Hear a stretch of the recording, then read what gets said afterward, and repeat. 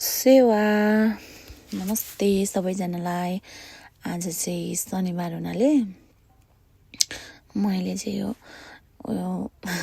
मल छर्दै गरेको भिडियो बनाएँ होइन। गाजर छर्नको लागि तयारी। अस्ति मल बोक्दै थिएँ नि, त्यही भनौँ न बोल्न आउँदैन कि मलाई, त्यही भएर चाहिँ भन्नु पर्दाखेरि बनाएको हो। अनि अब यसो कामसाम गरेको हल्का गरे जस्तो गरेको चाहिँ भिडियो बनाउँदैछु म चाहिँ। हाम्रो चाहिँ गाउँघरमा यस्तै अहिले चाहिँ गाजरको सिजन छ।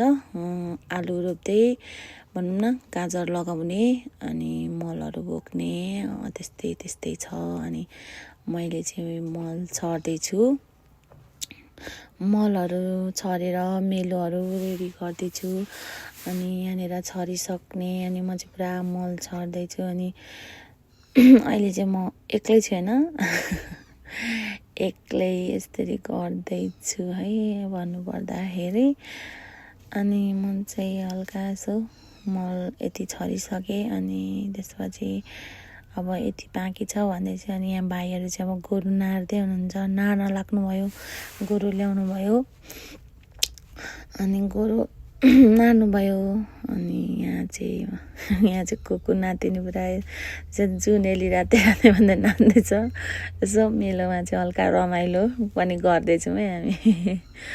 अनि अब हामी चाहिँ पुरा ड्याङ बनाउँदैछौँ, ज्योति पनि सक्यौँ, अब चाहिँ ड्याङ बनाउँदैछौँ। अनि छर्नका लागि भनौँ न ड्याङ उयो राम्रो रेखा कोर्दैछ यहाँ भाइले चाहिँ। अनि म चाहिँ सम्माउँदैछु भनौँ, ड्याङ कोरेर सम्माउँदैछु गाजरहरू छर्नका लागि। अनि त्यसपछि भाइ म चाहिँ गर्दैछौँ हामी तिनजना।